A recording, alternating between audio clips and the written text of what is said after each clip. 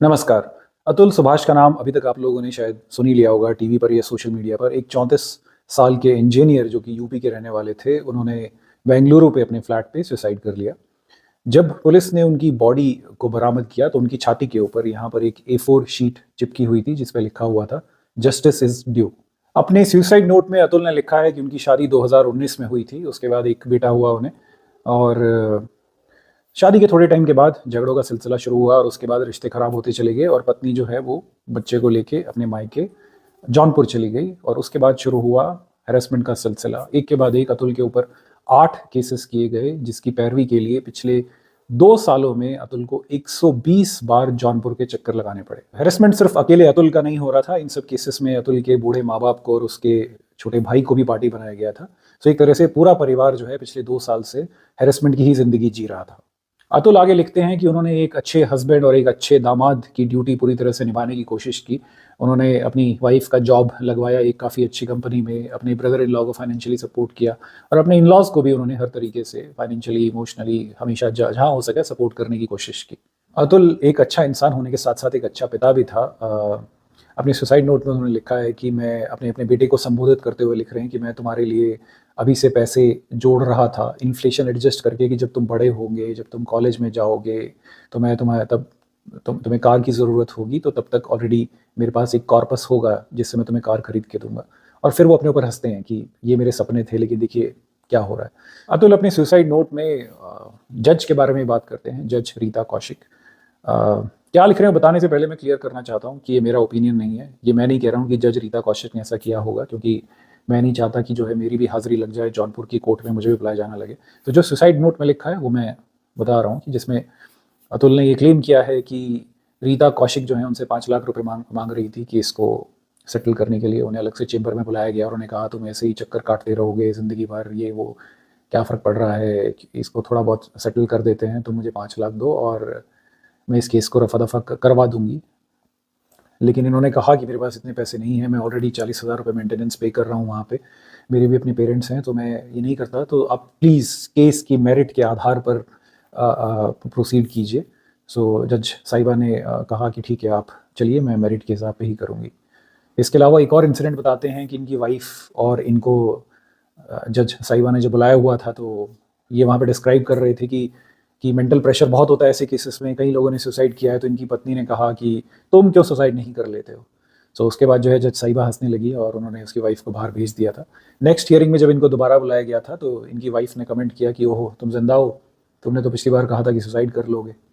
सो इन्होंने कहा कि मैं एक मर जाऊंगा तो तुम्हें ये पे कौन करेगा, जिस मेरे पैसे पे तुम लोग पल रहे हो, ये पैसे आने बंद हो जाएंगे तुम्हारे। एंड में वो लिखते हैं कि मेरे पास अब ऑप्शन क्या है। उन्होंने 3 ऑप्शंस लिखे हैं अपने लिए। पहला तो ये कि भाई मैं ईमानदारी से केस लड़ता रहूं, लेकिन सिस्टम मेरे हक में नहीं है, क्योंकि मुझे पता है कि जो करप्ट जस्टिस सिस्टम है, जो जज साहिबा हैं, वो सारे एविडेंसेस को इस तरह से मैनिपुलेट करेंगी कि मेरा ही हरेसमेंट कंटिन्यूसली होता रहेगा। दूसरा ऑप्शन वही कहते हैं कि जो डिसीजन दिया जाता है मैं उसको फॉलो कर लेता हूँ और मैं मेंटेनेंस अलाउंस पे करता रहूँगा जो भी मुझे बताया जाएगा। लेकिन मुझे पता है हैरेसमेंट मेरी वाइफ के परिवार से रुकने वाला नहीं है। 8 केस इन्होंने मेरे ऊपर ऑलरेडी किए हुए हैं और जब तक मैं पूरी तरह बर्बाद नहीं हो जाऊँगा ये केसेस एक के बाद एक और होते रहेंगे। तीसरा ऑप्शन वो ये लिखते हैं कि जैसा मेरी पत्नी ने मुझे उस दिन जज साहिबा के सामने समझाया था या कहा था कि तुम सुसाइड क्यों नहीं कर लेते, तो मैं वही चूज़ कर लेता हूँ। इससे फ़ायदा ये होगा कि मुझसे जो पैसे लिए जाते हैं मेंटेनेंस अलाउंस के नाम पे, मेरे ही पैसों को वेपनाइज करके मेरे अगेंस्ट यूज़ किया जाता है केस करने के लिए, वो बंद हो जाएगा। और मैं रहूँगा ही नहीं तो मेरी कमाई भी बंद हो जाएगी, मैं जो टैक्स पे कर रहा हूँ वो भी बंद हो जाएगा, क्योंकि मेरे ही टैक्स की जो मनी है उसी से इस तरह के लॉज बनते हैं जिससे हमारे ही जैसे लोगों का हैरेसमेंट होता है। तो फिर उन्होंने जो है थर्ड ऑप्शन चुना। तो आप में से कुछ लोग कह सकते हैं कि सुसाइड तो भारत में आए दिन होते रहते हैं, इस केस में ऐसा क्या स्पेशल है।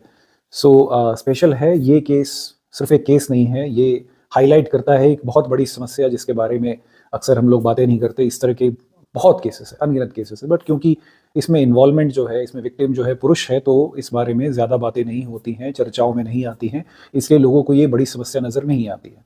इस तरह के केसेस में मैं लड़की या उसके परिवार से भी ज़्यादा प्रॉब्लमेटिक मानता हूँ हमारे जस्टिस सिस्टम को, जिसमें पुलिस से लेकर कचहरी तक सब आते हैं। क्यों?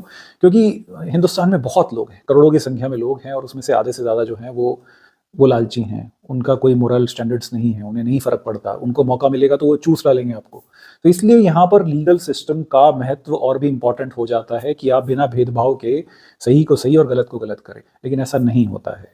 जो हमारा लीगल सिस्टम है, अगेन पुलिस से लेकर कचहरी तक, वो उसी का साथ देता है या उसी को हैरेस कर सकता है, करता है जहाँ से उनको पैसे मिल सके।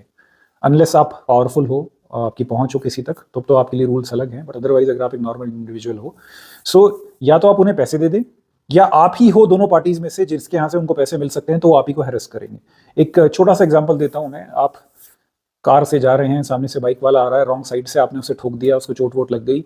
ये केस जैसे ही पुलिस के पास जाएगा, पुलिस जो है इसमें सच और गलत नहीं देखेगी कि वो रॉन्ग साइड से आ रहा था और गलती उसकी है। वो उसने ये देखना है कि आप कार वाले हो, आप पैसे वाली पार्टी हो, आप उससे पे कर सकते हो। तो वो चीज़ों को इस तरह से मैनिपुलेट करते हैं कि आपको जो है अलग अलग बैठा के समझाया जाएगा, आपको बताया जाएगा कि देखिए आप तो कामकाजी आदमी हैं, परिवार वाले आदमी हैं, क्यों इन चक्करों में पड़ रहे हो, ये तो इसके पास तो टाइम ही टाइम है, केस जाएगा, ये बोल देगा कि कार तेज चल रही थी, 4 लोग खड़े हो जाएंगे वहाँ पे कि हाँ जी कार तो तेज चल रही थी, सो आपके भी है चक्कर कटेंगे और अल्टीमेटली आपको भी सजा हो सकती है। तो आप जो है थोड़ा बहुत इसको रफा दफा करते हैं, सो आपसे पेमेंट लेके भले ही आपकी कोई गलती ना हो, चीज़ों को सॉर्ट आउट कर दिया जाएगा। सेम चीज़ होता है जुडिशरी में भी, कि कि इस तरह के जितने भी डिस्प्यूटेड केसेस होते हैं, आपको जो है जज को पे करना पड़ता है, या तो डायरेक्टली कर लो या उसके अर्दली जो होते हैं उनके थ्रू, या कहीं ना कहीं से जो है अगर आपने जज को पे नहीं किया तो आपकी लग जाएगी। क्योंकि आप जज के पॉइंट ऑफ व्यू से देखें, महिला के परिवार से उसको कोई पैसा नहीं मिलने वाला है, वो तो पैसे मांग रहे हैं पुरुष के परिवार से। सो पुरुष के परिवार ही है इसमें पेइंग वाला, उन्हीं का हैरेसमेंट होता है इस तरह के केसेस में, जो फॉल्स केसेस होते हैं, तो वही पे कर सकते हैं। सो अगर आप जज को पे कर दोगे तो वो जो है आपको सस्ते में छोड़ देगा, आपको ज़्यादा चक्कर नहीं कटाएगा, हो सकता है आपको जो मेंटेनेंस अलाउंस पे करना है वो भी कम हो जाएगा। तो इसलिए हमें ये एक्सपेक्ट करना यहाँ के जस्टिस सिस्टम से कि न्याय होगा, बेवकूफ़ी है। एक्सेप्शंस बिल्कुल होते हैं, कुछ जज होते होंगे जो कि ईमानदारी से काम करते हैं, पुलिस वाले भी होते होंगे जो ईमानदारी से काम करते हैं, बट ये सब एक्सेप्शंस है। तो पूरा का पूरा सिस्टम है वो ऐसे पर्टिकुलर केसेस में, जो झूठे दहेज के केस होते हैं, झूठे डोमेस्टिक वायलेंस के केसेस होते हैं, इन सब में वो लड़की के परिवार वाले को ही सपोर्ट करते हैं। इसलिए नहीं करते कि उनका कोई जो है इमोशनल सेंटिमेंट्स होते हैं उनके पास, नहीं, ऐसा कुछ नहीं है। उनको पता है कि पेमेंट जो है वो यहीं से आने वाली है, लड़कों वाली तरफ से आने वाली है। सो उसी को हैरेस किया जाता है बार बार, ताकि परेशान होकर जो है वो आउट ऑफ को ये जो है वो सेटलमेंट कर ले, कुछ जज साहब को चला जाए, कुछ इधर चला जाए, कुछ उधर चला जाए, और अल्टीमेटली मामला क्लोज हो। तो किया क्या जा सकता है? किया जा सकता है कि जेंडर न्यूट्रल लॉज बन सकते हैं, और सिर्फ इसी केस में नहीं, एट्रोसिटीज एक्ट भी आप उठा के दे दें। देखिए, इतिहास में कोई चीज़ गलत हो रही थी मान लीजिए, तो उसको सुधारने का मतलब ये थोड़ी है कि आप उसको रिवर्स कर दें, कि पहले जो है दहेज की लालच में जो है लोग महिलाओं को प्रताड़ित करते थे, तो अब जो है आप ऐसा लॉ बना दें कि उल्टी प्रताड़ना शुरू हो जाए। और ऐसे जब बायस लॉज बनते हैं टोटली ऑपोजिट टाइप, तो इसमें आम तौर पे जिनका हैरेसमेंट होता है वो सीधे साधे लोग ही होते हैं। देखिए, अगर आप जमीन से जुड़े हुए हैं तो आप जानते होंगे दहेज तो आज भी दिया जाता है, ठीक है, उसका नॉमेनक्लेचर चेंज हो गया या उसके मांगने का तरीका चेंज हो गया, दहेज तो आज भी दिया जाता है। और जिनका दहेज के लिए जिन लेडीज को हैरेस किया जाता है, आमतौर पे गांव छोटे शहर में होती है ये सब चीजें, वहां पे वे लोग नहीं केस करते हैं, वे लोग सफर करते हैं। अल्टीमेटली इस लॉ का फायदा जो है वो अर्बन केसेस में हुआ है, मोस्टली जो मॉडर्न इंटेलेक्चुअल महिलाएं होती हैं। अगेन मैं किसी सबको एक ब्रश से पेंट नहीं कर रहा हूं, मैं सिर्फ उनकी बात कर रहा हूं जो जिन्होंने इसको वेपनाइज कर लिया है, इसको अपने एडवांटेज के लिए। सो वो इसको यूज करती हैं हैरेसमेंट के लिए। सो मैं ये भी नहीं कह रहा हूँ कि भाई आप जो है महिला के डोमेस्टिक वायलेंस या डॉरी एक्ट को हटा दें, वो होना चाहिए बिल्कुल। अभी भी आज की डेट में भी जो क्राइम्स होते हैं वो महिलाओं के प्रति ज्यादा होते हैं। सो नो डाउट, उसमें कोई इशू ही नहीं है कि महिलाओं की सेफ्टी के लिए लॉज बनने चाहिए, लेकिन वो लॉज महिलाओं की सेफ्टी के लिए बनने चाहिए, ना कि पुरुष के हैरेसमेंट के लिए। आप चीजें इतनी ज्यादा क्यों जो है दूसरी तरफ एक्सट्रीम पे ले जाते हो? सेम चीज एट्रोसिटीज एक्ट में भी हो रही है। अगर इतिहास में दलितों के साथ गलत हुआ है तो लॉज बनने चाहिए उनके एम्पावरमेंट के लिए, उनकी सेफ्टी के लिए, ना कि जो है बाकी लोगों को हैरेस करने के लिए। कि आप जो है लॉ बनाते जा रहे हो, उसको इतना ज्यादा स्ट्रिक्ट करते जा रहे हो कि ऐसी सिचुएशन आ गई कि मान लीजिए आप सड़क पे जा रहे हो और आपने सड़क पे चलते हुए आपकी टक्कर हो जाती है किसी से, आपकी बहसबाजी हो जाती है, थोड़ी गाली गलौच हो जाती है, वो भी आपको गाली दे रहा है, आप भी उसको गाली दे रहे हो। शाम को घर आप आते हो, पता चलता है कि पुलिस घर पे पहुंच गई है, क्योंकि जिस व्यक्ति से आप झगड़ रहे थे वो दलित था और उसने आपके ऊपर एट्रोसिटीज एक्ट में केस कर दिया। ऐसे केसेस होते हैं। और एक एग्जांपल देता हूँ, आपने जो है एक मेड को हायर किया जो आपके यहाँ काम कर रही है, आप बहुत अच्छे से ट्रीट करते हो, सब कुछ सही है। एक दिन मान लीजिए वो मेड कुछ गलत काम करते हुए पकड़ी जाती है, कोई छोटी मोटी चोरी या कुछ भी इस तरह की चीज़ें, आप जो है उसे निकाल देते हो और वो आपके ऊपर एट्रोसिटीज़ एक्ट में केस कर देती है। आपको तब पता चलता है कि ये जो मेड आपने हायर की थी वो दलित थी, आपको पता ही नहीं था उससे पहले। सो आपने जो है चीज़ों को ठीक करने की बजाय ऑपोजिट पार्टी को एक वेपन दे दिया है हैरेस करने का। ये नहीं होना चाहिए।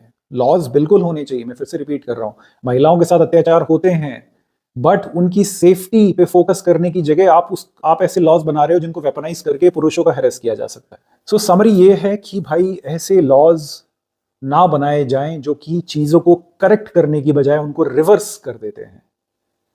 दहेज एक सोशल लेवल था जो कुछ हद तक कम हो गया, लेकिन अभी भी होता है, दूसरे शब्दों के थ्रू होता है वो। और महिलाओं के साथ डोमेस्टिक वायलेंस भी होता है, उसमें कोई डिनाई करने वाली बात ही नहीं है, उनके साथ गलत भी होता है। चीज़ें पहले के मुकाबले काफ़ी कम हो गई हैं, बट होता है, उसको डिनाई करने वाली कोई चीज़ नहीं है उसमें।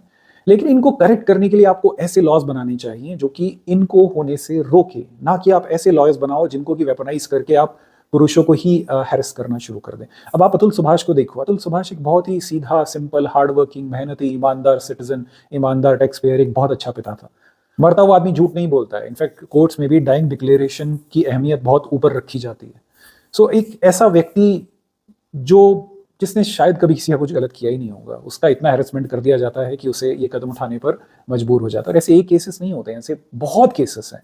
बट अगेन, जैसा मैंने शुरू में कहा था, क्योंकि यहाँ पे पुरुष इन्वॉल्व हैं, तो ये जो है एक इंटरेस्टिंग केस नहीं बनता है मीडिया के लिए उठाकर इसको चलाने के लिए, एक नेशनल डिस्कशन वाला सब्जेक्ट नहीं बनता है। सेम चीज़ एट्रोसिटीज एक्ट के साथ भी होती है। अभी कुछ दिनों पहले एक अगेन यूपी का ये केस सामने आया था कि जिसमें एक पुरुष को जो है झूठे SC/ST केस में फंसा दिया गया और वो कोई 20-22 साल जेल में रहा और फाइनली जो है वो बाहर आया, तो तब तक उसकी पूरी जिंदगी जा चुकी थी, उसने कुछ किया ही नहीं था, उसको ऐसे ही फंसा दिया गया।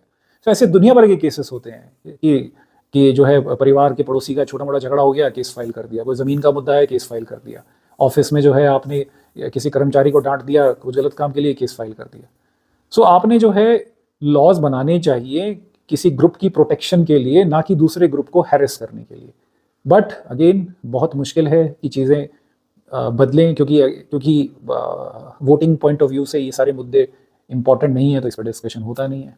ऊपर से पुरुषों से रिलेटेड है तो और किसी के लिए इंपॉर्टेंट नहीं है। बट ठीक है, उम्मीद पर दुनिया कायम है। आई होप चीज़ें बदलें। आई होप अतुल सुभाष ने जो कदम उठाया है, अगेन मैं उसको सपोर्ट नहीं करता, बट आई होप वो बेकार ना जाए, एटलीस्ट एक डिस्कशन शुरू हो इस वजह से और चीज़ें बदले। अतुल भी यही चाहते थे। Thank you.